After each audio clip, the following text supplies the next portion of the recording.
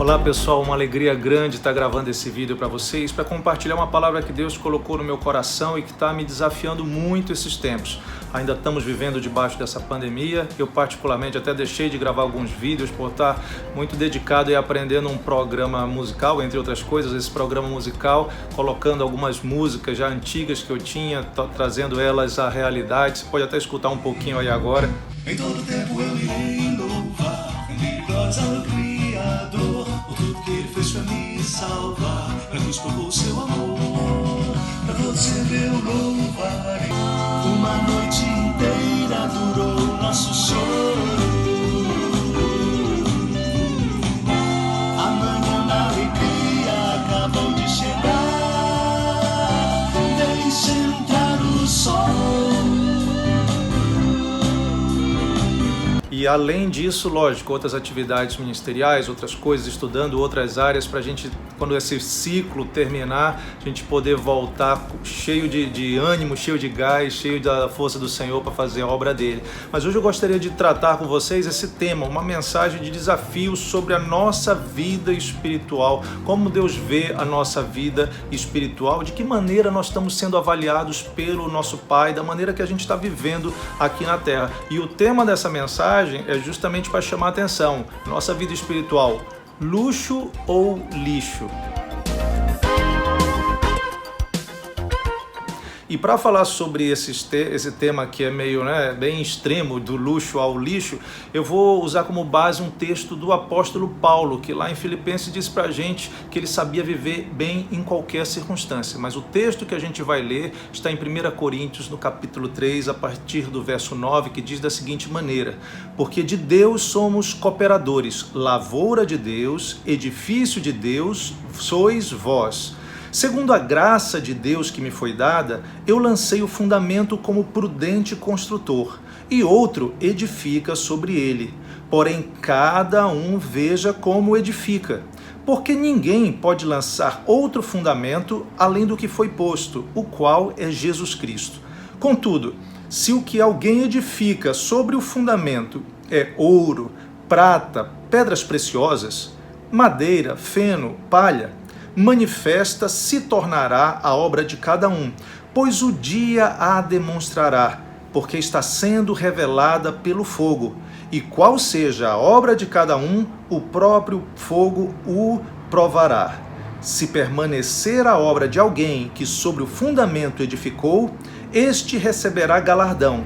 Se a obra de alguém se queimar, sofrerá ele dano, mas este mesmo será salvo, todavia, como que através do fogo. Não sabeis que sois santuário de Deus e que o Espírito de Deus habita em vós? Gente, muitas vezes nós vemos na Bíblia metáforas, comparações para nos ajudar a entender, a partir de exemplos da nossa vida cotidiana, realidades espirituais. Jesus nos comparou, por exemplo, como ramos que foram enxertados na videira verdadeira que era ele. Você vê o apóstolo Paulo usando de diferentes exemplos, diferentes comparações, metáforas para falar a respeito de nós, da nossa vida espiritual. Ele fala, por exemplo, que a igreja é um corpo. Em outros momentos a gente vê a Bíblia apontando a igreja como uma cidade, enfim. E particularmente nesse capítulo 3 de Coríntios, Paulo começa a fazer uma relação da nossa vida espiritual com um prédio, com uma casa, com um edifício, com uma construção.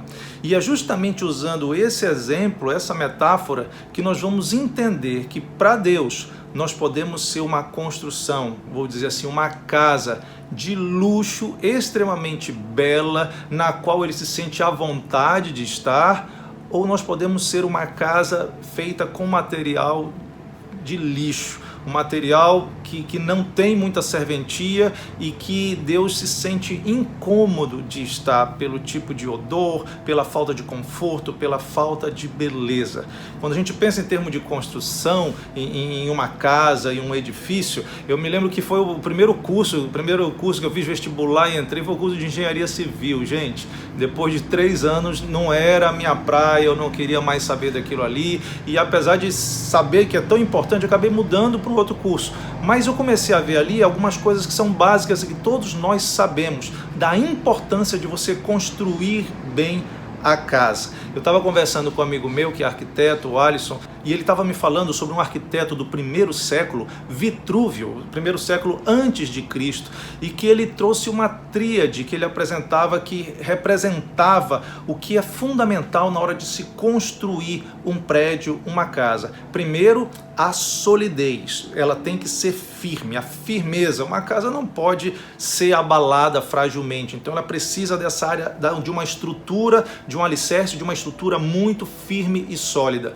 Além disso, uma casa ela precisa ser funcional, que as coisas que você precisa fazer dentro dessa casa, os teus objetivos, aquilo que você como morador dessa casa, você precisa ficar satisfeito porque as coisas são fáceis, são óbvias, funcionam bem para você. E além disso tem o lado também estético da beleza. Esses três elementos foram apresentados por esse arquiteto da antiguidade e quando a gente vê nos nossos dias, a gente vai ver que faz todo sentido para a realidade também da nossa vida espiritual. Quando Deus olha para mim e quando Deus olha para você, Ele nos olha como casa, local onde o Espírito Santo dele está morando, que foi o que a gente viu ao ler esse texto. Paulo diz assim, você não sabe que você é o santuário de Deus, que o Espírito de Deus habita dentro de você? E aí então vem essa pergunta para minha avaliação, eu tenho avaliado e eu quero que você também avalie.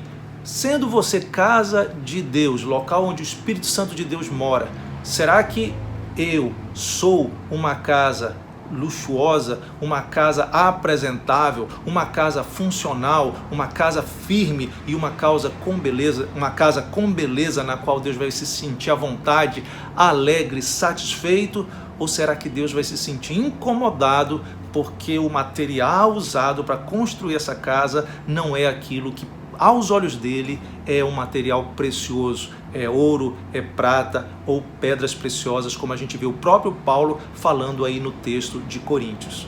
Três elementos fundamentais: firmeza da construção. Esses dias eu estou entrando em contato com os amigos lá das igrejas com que eu trabalho lá na Califórnia e agora tremores de terra seguem acontecendo lá. E as construções já são feitas de uma maneira a aguentar esse tremor. Que coisa de louco quando imagina um terremoto vindo e a casa e o edifício não está pronto para isso. Anos atrás eu estava lá no centro de Los Angeles e quando num período que estavam tendo terremotos sérios no México e como ali aquela mesma região é afetada, né, pela situação das placas, eu estava justamente num restaurante bem lá no centro, num prédio imenso, o restaurante era no primeiro andar, e eu ficava com aquele pensamento, meu Deus, se esse prédio não for resistente o suficiente e vier um tremor, eu vou virar pasta de César aqui, porque vai ser uma coisa terrível. Mas hoje já existe uma tecnologia, inclusive para a construção de prédios altos, que vão garantir esse lado da firmeza, essa questão de garantir que a casa vai ser segura para quem morar ali. Esse é um ponto fundamental, firmeza, uma estrutura forte, bem firmada num alicerce sólido. O segundo ponto que eu falei da funcionalidade, me lembro de estar entrando em algumas casas, né, às vezes visitando, gente, que para você passar da escada para um outro ambiente você tinha que abaixar a cabeça. E se você não conseguir, se você vier do jeito que está, você vai bater a testa. Por quê? Porque algo que era para ser funcional, que funcionasse nesse deslocamento, aquilo não foi previsto. E a casa não funciona de uma maneira legal. Quem mora ali vai sempre ter que ter uma dificuldade para contornar os problemas, né? Imagina você para sair da sala e chegar na cozinha, no local de jantar, você tem que passar no meio do quarto de uma pessoa. Não é funcional, não funciona bem. Quem mora ali vai ter problemas. E o lado estético, poxa, tem alguns extremos disso aí. Eu tive também prestando um serviço lá na Califórnia para um escritório de arquitetura e vi cada coisa maravilhosa, cada projeto lindo de casas de pessoas que têm muito dinheiro para investir, e ali você olha aquilo, você percebe a beleza e como alguém se sente bem de estar num local tão bonito, tão espaçoso, com um material de acabamento de alta qualidade, que coisa boa. Por outro lado, eu me lembro quando eu comecei nas minhas atividades de repórter na cidade de Belém, a gente às vezes saía de um local, de uma reunião com o governador, de um outro evento grande, e a gente ia cobrir alguma coisa que estava acontecendo num local afastado, num bairro mais pobre, e a gente entrava em casas assim que você até se perguntava como uma pessoa mora num lugar como esse, por causa da limitação financeira. Casas muito feias, ou às vezes em visitas mesmo pastorais, a gente vai e que identifique essa realidade. É uma dificuldade, é um problema. Esteticamente são casas que têm muita deficiência, não são bonitas. Eu tenho certeza que aquela pessoa, se pudesse escolher, ela escolheria uma casa melhor construída, com uma estética muito melhor, com materiais muito mais preciosos do que o que ela tem. Então pensa isso nesse sentido de Deus, de como Ele olha para a gente, do que Ele espera ver na gente, já que o Espírito de Deus mora em nós. Que tipo de casa nós somos para Deus? E aqui olha que interessante, quando a gente vai ver no primeiro capítulo de Pedro, é nos informado ali que nós fomos comprados por Deus por um preço altíssimo, muito maior do que ouro, do que prata. Nós fomos comprados com o sangue do Senhor Jesus. Então presta bem atenção, eu e você, se nós entregamos a nossa vida, se nós cremos no sacrifício de Jesus, nós fomos comprados com o sangue de Jesus para nós sermos de Deus. Deixa eu te contar uma coisa, Deus é o dono de uma propriedade, de uma casa. E essa casa é o meu corpo, é o teu corpo, é minha vida, é a tua vida. Deus é o dono desse prédio no qual o Espírito de Deus mora. E olha só, quando você compra uma casa, você tem direito sobre ela. Se você quiser mexer numa parede, se você quiser mudar a arrumação, se você quiser mudar o móvel. Eu lembro quando estava reformando a casa na cidade de Belém, eu às vezes até eu deixava a engenheira meio chateada, porque eu dizia, olha, não, vamos fazer assim, é desse jeito, esse ponto para ligar a luz tem que ser aqui, tem que ser aqui. Por quê? Porque eu tinha pago um preço por aquilo, e a ideia era preparar essa casa de uma maneira super funcional, de uma maneira firme, que tivesse estrutura, e também de uma maneira estética que a mim, como morador dali, me agradasse. Então pensa em termos de Deus. Você já pensou quando Deus olha para a nossa casa e Ele pensa, eu vou fazer mudança, porque eu comprei essa casa, eu comprei essa pessoa que antes era um pecador destinado à morte eterna, hoje é meu filho. Mas como o meu Espírito Santo mora dentro dessa pessoa, eu vou organizar essa casa de um jeito que eu valorizo, de um jeito que eu considero que tem que ser. Então, gente, a gente precisa ter cuidado para respeitar o dono da casa. Já pensou você na sua casa, você diz assim, eu vou mudar esse sofá de lugar, e o sofá diz assim, negativo, eu quero ficar aqui e pronto. Às vezes assim está acontecendo com a gente, né? Em vez do cachorro estar abanando o rabo está querendo abanar o cachorro. Então que a gente esteja sensível no que Deus quer produzir de transformação nas nossas vidas. Aquilo que talvez impeça o Espírito Santo de se mover e funcionar com liberdade dentro da gente. Deus quer que a gente cumpra coisas. E até que ponto que a nossa casa está obediente, está sensível para ser transformada, moldada, mudada conforme a vontade de Deus. Deus habita dentro de nós e Ele tem todo o direito de organizar as coisas da maneira que Ele valoriza. E na verdade essa mensagem é para nos fazer refletir. Uma vez que nós estamos em Cristo, que nós estamos no alicerce que é Cristo, eu vou falar já sobre isso. A partir de termos esse alicerce, nós começamos a construir o prédio, nós começamos a construir essa edificação espiritual onde o Espírito Santo de Deus vai morar. E aí vem a pergunta, será que eu estou construindo conforme a minha visão humana, os meus pensamentos de como a coisa tem que ser, ou como eu sempre fui? Sabe aquela história, né, que diz assim, eu nasci assim, eu vou seguir assim? Não é assim que Deus pensa. Ele te comprou e Ele me comprou. Então, se nós aceitamos a salvação, dentro desse pacote Ele passa a ser aquele que determina as coisas da nossa vida. E Ele pode mudar a situação da nossa vida. Ele quer mudar para transformar essa habitação onde o Espírito Santo dele está, num local que para Ele seja firme, num local que seja funcional, que as coisas que Ele quer que aconteçam venham a acontecer, e uma coisa que bela aos olhos dele, não aos olhos meus, não aos teus olhos, não aos olhos da sociedade que está aí com seus pensamentos, com seus valores, não, mas uma casa que Deus olhe e sinta que é uma casa que agrada e no qual Ele se sente, através do seu Espírito, à vontade para estar habitando dentro de nós. O primeiro ponto que eu quero que você perceba, que a gente falou que são os 3 pontos principais, que são fundamentais para uma casa ser, para um prédio ser realmente construído da maneira correta. Primeiro é a firmeza, é ela ter estruturas firmes que vão garantir a segurança de quem está ali. E aí, gente, nós não podemos fugir do que é base e do que Paulo coloca aí. O alicerce é aquela área firme, sólida, sobre a qual nós vamos edificar um prédio. E na Bíblia, no Novo Testamento, é apontado claramente qual a rocha, qual o alicerce firme e sólido sobre o qual a gente tem que construir a nossa vida. Se chama o Senhor Jesus. Ele é apontado, né, em várias áreas como esse alicerce, como uma rocha na qual a gente deve se firmar. Agora é interessante que em Mateus 7, do verso 24 em diante, ali está aquela parábola, aquela história sobre as 2 casas. Casas que foram construídas em terrenos diferentes, em alicerces sobre alicerces diferentes. Presta bem atenção, porque esse é o primeiro ponto e o ponto de partida, o ponto fundamental. Nós estamos firmados em Cristo. Jesus usa uma comparação para mostrar essa realidade de estarmos realmente com a nossa casa espiritual firme. Ele diz que um homem construiu a sua casa sobre a rocha. E ele faz o paralelo.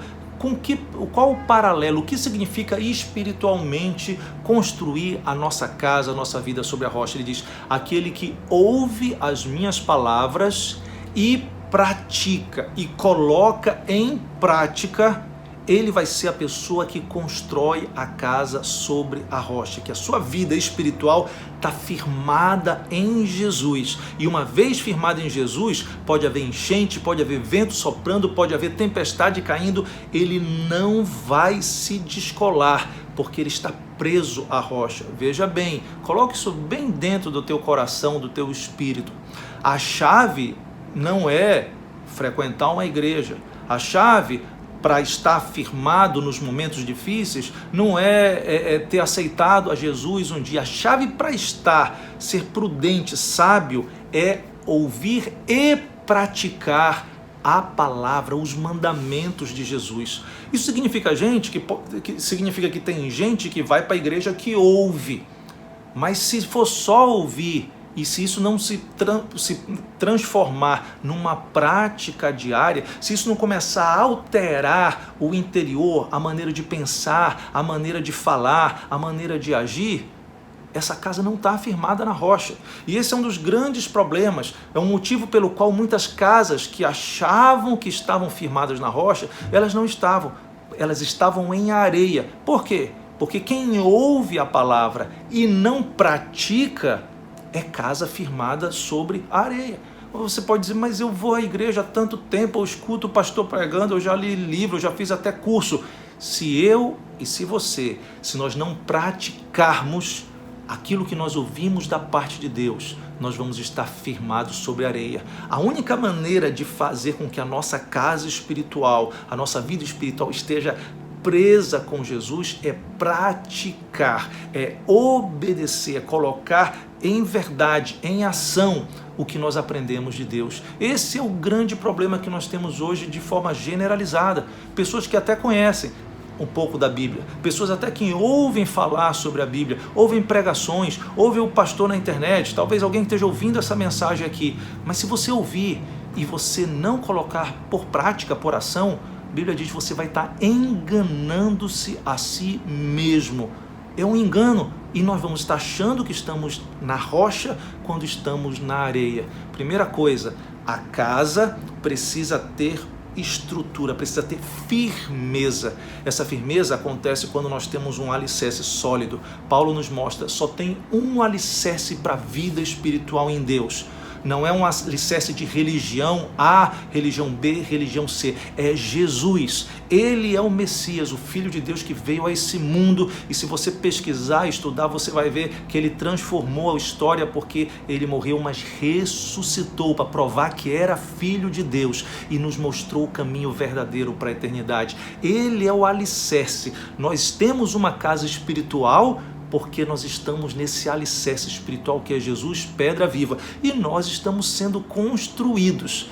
Você e eu estamos num processo de construção para que Deus habite dentro de nós. Mas a primeira coisa que eu quero que você guarde e nunca se esqueça, o que nos liga a esse alicerce não é frequentar culto, não é ouvir mensagem, mas sim é ouvir e praticar as palavras de Jesus. A partir disso, começa o processo de construção desse prédio no qual o Espírito de Deus vai habitar dentro da nossa vida. Talvez você ouviu um chamado uma vez, você disse, eu vou obedecer, eu vou entregar minha vida a Jesus. Nesse momento você estava obedecendo, mas a partir daí você precisa continuar obedecendo, olha, para estar firmado no alicerce. E você, uma vez colocando em prática as palavras de Jesus até o fim, você vai ser um daqueles que o Senhor Jesus na sua volta vai chamar e dizer, vinde benditos do meu Pai, tomai por posse o reino que está preparado. Então, primeira coisa, para a tua casa espiritual,